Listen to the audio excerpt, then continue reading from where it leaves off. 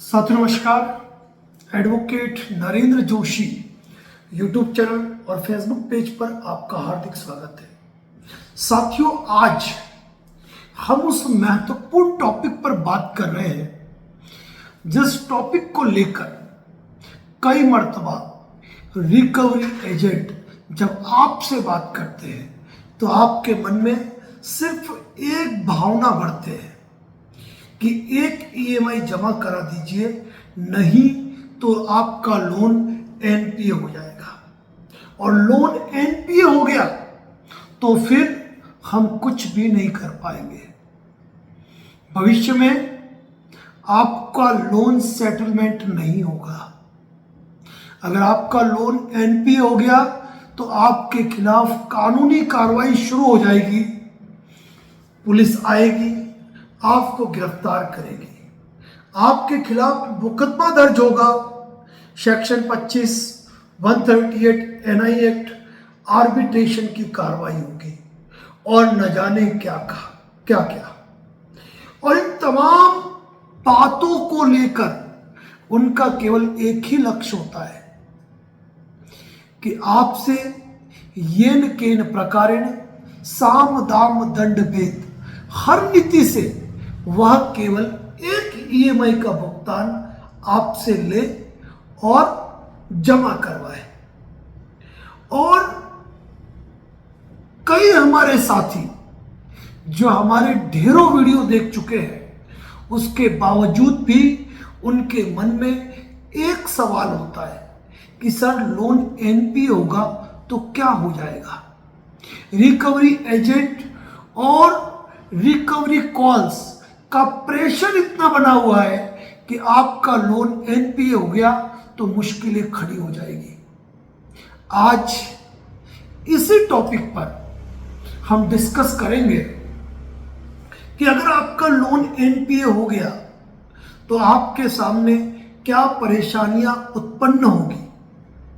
देखिए साथियों, सबसे पहले तो हम कहते हैं कि किन्हीं भी विषम परिस्थिति और आर्थिक हालातों के कारण यदि आप लोन डिफॉल्ट के शिकार हुए हैं तो आपको चिंता करने की, घबराने की आवश्यकता नहीं है।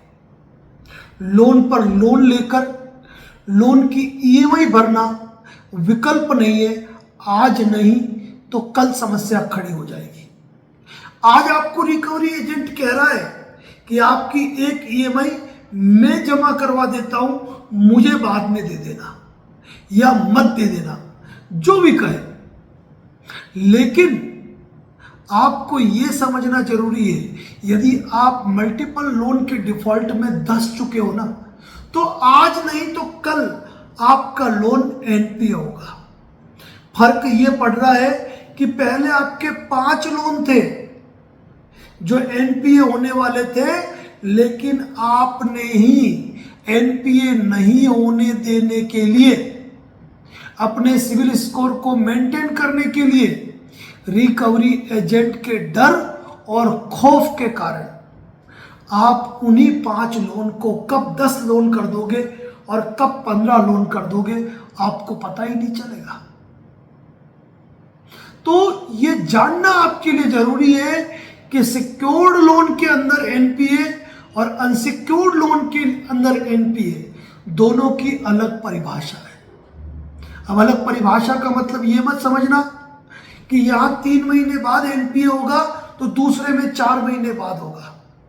अगर आपकी प्रॉपर्टी मॉर्गेज है, आपने होम लोन ले रखा है, आपने प्रॉपर्टी पर लोन अगेंस्ट प्रॉपर्टी लोन ले रखा है, आपने चाहे सीसी लिमिट करा रखी है, लेकिन वहां पर आपके प्रॉपर्टी के डॉक्यूमेंट बतौर प्रतिभूति रखे गए हैं, ऐसी स्थिति में यदि आपका लोन एनपीए होता है, 91-92 डेज यदि कवर हो जाते हैं, तो बैंक या फाइनेंशियल इंस्टीट्यूट आपको सरफेसी एक्ट सेक्शन 13 सबसेक्शन 2 का नोटिस जारी करके 60 दिन के अंदर ऑल पेमेंट की डिमांड करते हैं,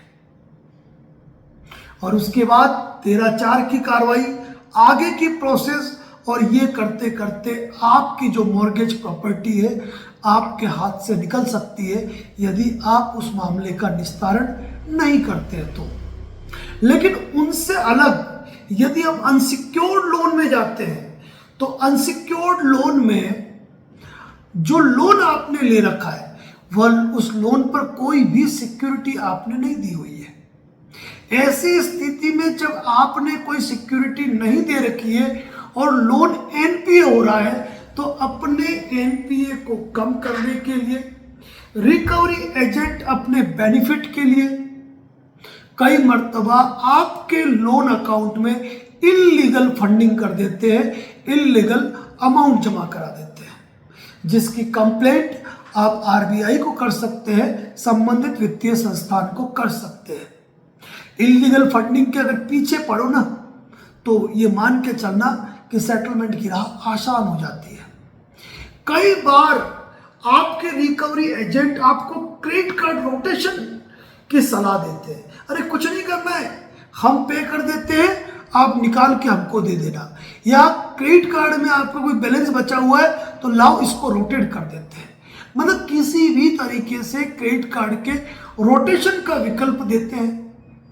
कुछ दिन पहले आपने मेरे ही फोन कॉल की रिकॉर्डिंग सुनी थी एक रिकवरी एजेंट महोदय से, जहां उन्होंने खुला कहा था कि हम रिकवरी एजेंट को बेनिफिट क्या मिलेगा यदि हम रोटेशन नहीं कराएंगे तो, यानी हमारी नौकरी व्यर्थ है।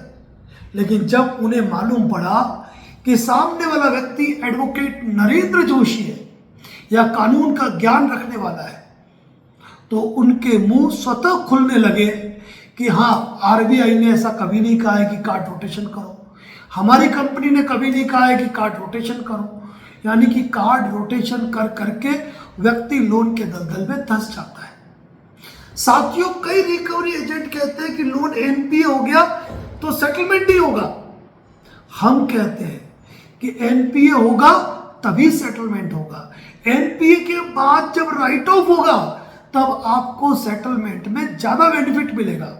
लेकिन यह बात जरूर है कि वह आपके सिविल स्कोर पर एक नेगेटिव इंपैक्ट छोड़ता है।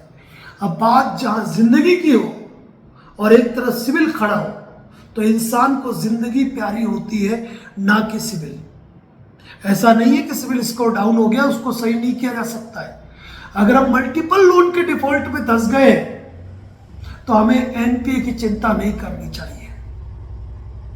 अगर लोन एनपीए हुआ तो और आपने पे नहीं किया, रिकवरी एजेंट की विजिट होगी, सेक्शन 25 का नोटिस आएगा, 138 की कार्रवाई हो सकती है, आर्बिट्रेशन की प्रोसीडिंग होगी। लेकिन जब विषम परिस्थितियां है और आर्थिक हालात खराब चल रहे हैं और जब आपको पहले से ही मालूम है कि मेरा लोन एनपीए होने वाला है या मेरा लोन डिफॉल्ट होने वाला है या मैं 2 ईएमआई डिफॉल्ट कर चुका हूं, तब आपको प्रायर नोटिस कंपनी को देना चाहिए। और प्रायर नोटिस एक प्रीलिटिगेशन नोटिस होता है, यानी कि आप कंपनी को अपने इरादों से वाकिफ करा रहे हैं। इसीलिए भूल कर भी ये नोटिस किसी एडवोकेट के माध्यम से नहीं जाकर आपके माध्यम से जाए तो ये बेहतर रहेगा।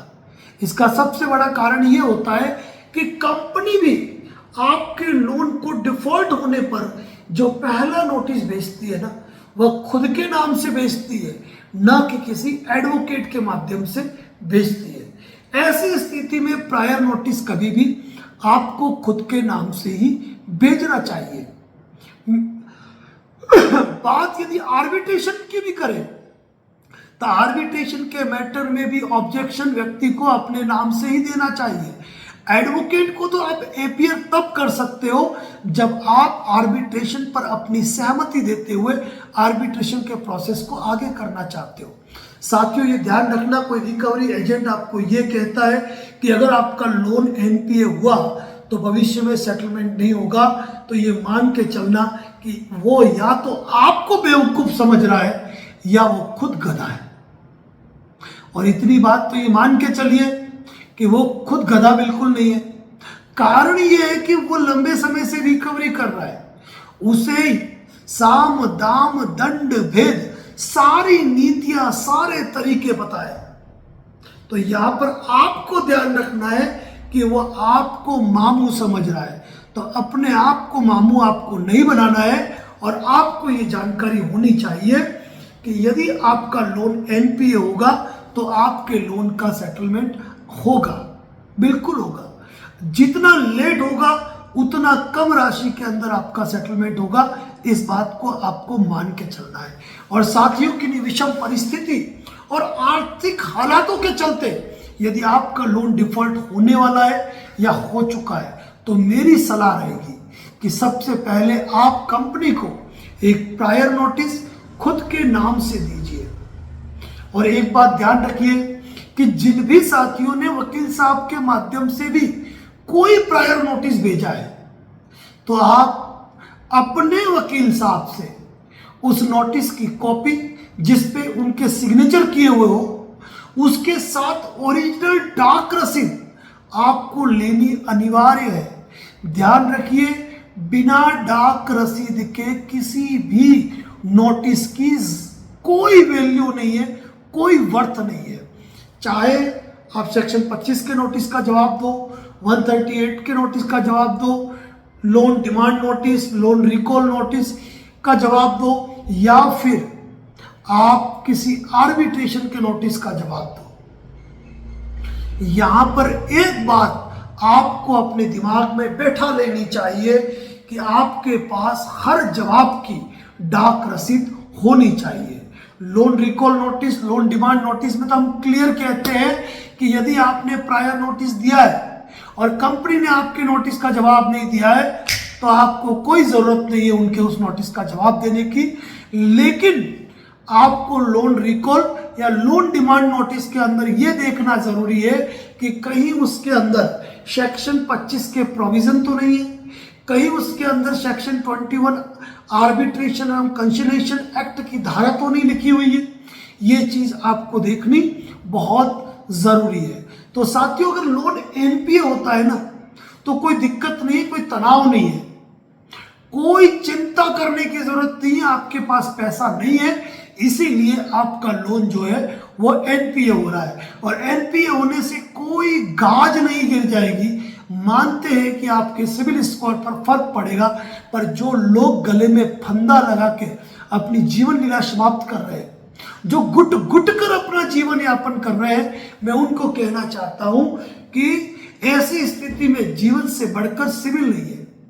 कई लोग ये कहते हैं कि सर लोन सेटलमेंट कराते हैं तो भविष्य में लोन नहीं मिलेगा, तो मैं इसका जीता जागता उदाहरण हूं। साल 2003 में स्टेट बैंक ऑफ इंडिया शाखा डूंगरपुर से एक लोन लिया था। हालात और परिस्थितियां विकट थे। 2016 में उस लोन का सेटलमेंट किया, जिसके बाद ढेरों लोन लिए। ये लाइव में मैं बता चुका हूं, क्लियरली बता चुका हूं। तो इसीलिए अपने दिमाग में इस चीज का तनाव न ले कि अगर सेटलमेंट कर लिया तो भविष्य में लोन नहीं मिलेगा। अरे भाई, आपके जब हालात अच्छे हैं ना तो अच्छे अच्छे तुर्रम खान आपके पास लोन का ऑफर लेके आते हैं। आप याद कर लो ना, जब आपकी सिविल अच्छी थी या फिर दूसरी लोन की ईएमआई नहीं भी भर पा रहे थे तो संडे को भी कॉल आ रहे थे, लोन ले लीजिए, लोन ले लीजिए, लोन ले लीजिए। कई बार तो रिकवरी एजेंट पूछते हैं लोन लेने आए थे तुम? उन रिकवरी एजेंटों को पता ही नहीं है कि इनकी सेल्स टीम पीछे पढ़ पढ़ के लोन बांटती है। तो साथियों की विषम परिस्थिति और आर्थिक हालातों के चलते यदि आप लोन डिफॉल्ट के शिकार हुए हैं तो ज्यादा तनाव लेने की जरूरत नहीं है। कोई ना तो फांसी की सजा होती है, ना कोई आपको 10 साल जेल में डाल रहा है। बस मन में हौसला रखे, उम्मीद रखे। लोन के दलदल में, लोन के रसातल में डूबता वही है जो चलना जानता है। जो घर में चद्दर ओढ़ के सो गए उनको क्या पता कि दौड़ने का अर्थ क्या होता है, और जो दौड़ता है वो गिरता है। एक पुरानी कहावत थी कि अपने पैर को उतना ही पसारिए जितनी की चादर लंबी हो, आपकी चादर लंबी है। लेकिन आज की तारीख में लोगों की सोच इतनी है कि हम पैर लंबे करेंगे तो चादर भी लंबी होगी खुद ब खुद। ये विश्वास है, उनकी महत्वाकांक्षा है, और इन्हीं महत्वाकांक्षाओं के अंदर कहीं ना कहीं इंसान शिकार होता है लोन डिफॉल्ट का। तो साथियों एक बात कह रहा हूं, एनपीए होने का मतलब ये है कि आर्बिट्रेशन की कार्रवाई होगी, सेक्शन 25 138 की कार्रवाई होगी और loan recall notice, loan demand notice आएंगे, आपको उनका जवाब देना है। और एक बात कह दूं, कई लोग कहते हैं सर आर्बिट्रेशन की कार्रवाई क्या 3 ईएमआई बाउंस होने के बाद ही होती है? तो मैं कह दूं कि चाहे सेक्शन 25 हो या फिर आर्बिट्रेशन, दोनों ही मैटर में 1 ईएमआई बाउंस होने पर भी आर्बिट्रेशन का नोटिस आता है। और कई लोग उस 1 ईएमआई को पे कर देते, आर्बिट्रेशन नोटिस को भूल जाते, फिर लगातार पे करते रहते और इधर आर्बिट्रेशन वाले आर्बिट्रेशन अवार्ड कर देते हैं। तो ये चीजें आपको ध्यान रखनी है, चाहे सेक्शन 25 का नोटिस आए, आर्बिट्रेशन का नोटिस आए। अगर आपको लीगल नोटिस आया है फिर आप पेमेंट भर रहे हो तो उसका जवाब देना भी जरूरी है तरीके से, नहीं तो पैरों पे कुल्हाड़ी मारने का काम आप कर रहे हो। दूसरी बात साथियों, मुसीबतें क्या है? ये मुसीबतें नहीं है, आपने लोन लिया है, नहीं भर पा रहे हो, आपकी स्थिति बुरी है, जो भी नोटिस आएंगे उनका आप जवाब देंगे, तनाव लेने की आवश्यकता नहीं है और भरपूर मौके मिलते हैं सेटलमेंट के। किसी व्यक्ति ने यदि advocate Narendra Joshi YouTube channel membership को देख लिया तो वो समझ जाता है कंपनी कितनी कितनी राशि में सेटलमेंट करती है। ज्यादा कुछ मुझे आपको बताने की आवश्यकता नहीं है। साथियों एक चीज ध्यान रख लीजिए, मल्टीपल लोन डिफॉल्ट होने का मतलब ये नहीं जीवन को समाप्त कर दो, जीना छोड़ दो। परिस्थितियां आज बुरी है, कल अच्छी आएगी। बुरा वक्त किस पे नहीं आया? भगवान श्री कृष्ण के माता पिता ने अपना जीवन कारावास में गुजारा, भगवान राम ने अपना जीवन वनवास में गुजारा, पांडवों को अज्ञातवास भुगतना पड़ा। अगर हम शास्त्रों पर भी जाए तो दुख और संकट किस पे नहीं आए। और सबसे अच्छी बड़ी बात है वक्त की, कि वक्त की सबसे अच्छी बात यह है कि वक्त जितना भी बुरा हो गुजर जाता है, लेकिन अतीत की यादें जरूर मीठी होती है। तो ये एक संघर्ष का समय है जो निकल जाएगा, तनाव लेने की जरूरत नहीं है। एनपीए होने का मतलब ये नहीं कि आपके घर पे बहुत बड़ा आपके सर पे बोझ गिर गया। ये कार्ड रोटेशन, एक ईएमआई पे करना, ये तनाव, ऐसी चीजों से बाहर निकलिए। एनपीए के बाद यदि कोई अमाउंट जमा कराते भी हो ना छोटा मोटा, तो ब्याज भट्टे में ही जमा हो जाता है। इसीलिए यदि मल्टीपल लोन डिफॉल्ट है तो आपको सेटलमेंट प्रोसेस पर मूव ऑन करना पड़ेगा। बाकी आप सोचोगे नहीं मेरे तो सिविल में शो नहीं होना चाहिए, मैंने सेटलमेंट किया है, तो कीजिए, आप फोरक्लोजर कीजिए। जितनी टोटल पेनल्टी बनती है, जितनी लेट फी बनती है, जितने चार्जेस अमाउंट लगते हैं उनको पे कीजिए। बाकी यदि एक विषम परिस्थिति और आर्थिक हालातों से खराब चल रहे हो तो लोन का सेटलमेंट ही विकल्प है, दूसरा कुछ भी नहीं। रिकवरी एजेंट से घबराने और डरने की जरूरत नहीं है। रिकवरी एजेंट की न्यू गाइडलाइन जो है ना, 2-4 दिन पहले मैंने वीडियो पोस्ट किया है, अच्छे से देख लेना। अगर उसको खुद ने अप्लाई कर दिया और रिकवरी एजेंट को लिंक शेयर कर दिया ना, सारे तनाव खत्म हो जाएंगे। और एक बार यूट्यूब चैनल मेंबरशिप पे विजिट कर लीजिए, कितने रुपए में सेटलमेंट होता है, स्थिति क्लियर हो जाएगी। तो साथियों तनाव लेने की जरूरत नहीं है, मजबूत रहे, डरे नहीं, अपने हक और अधिकारों को जाने। कोई रिकवरी एजेंट बिना आपकी परमिशन आपके घर में घुस जाए, ये उसको अधिकार नहीं है, ये उसको अधिकार नहीं। आपको कोई डराए धमकाए, ये उसका पावर नहीं है, ये आपकी कमजोरी है। तो अपनी शक्ति को, अपनी ताकत को पहचाने, अपने अधिकारों को जाने। और यदि कोई व्यक्ति लिमिट क्रॉस कर रहा है ना, तो कंप्लेंट फाइल करना भी सीखे। रिकवरी एजेंट का टर्मिनेशन लेटर आता है, यदि आप तरीके से लीड करते हो तो घर बैठ जाता है बंदा। और बाकी तो हमारे फेसबुक पे वायरल होते ही है, कहने की जरूरत नहीं है, देखा होगा आपने, लाखों में व्यू होते हैं रिकवरी एजेंट की करामत। इसीलिए कहा न्यू गाइडलाइन देख लेना, कुछ और बताने की आवश्यकता नहीं है। वैसे तो इतने वीडियो हमने पोस्ट किए हैं कि किसी साथी को कॉल बुक कराने की आवश्यकता नहीं है, ठीक है ना। इसके बावजूद कोई साथी यदि विस्तार से चर्चा करना चाहे तो डिस्प्ले पे जो नंबर दिया है ना, उस पर कॉल बुक मैसेज कर दीजिए, आपको डिटेल आ जाएगी। Thank you so much. जय हिंद, जय भारत, जय मेवाड़।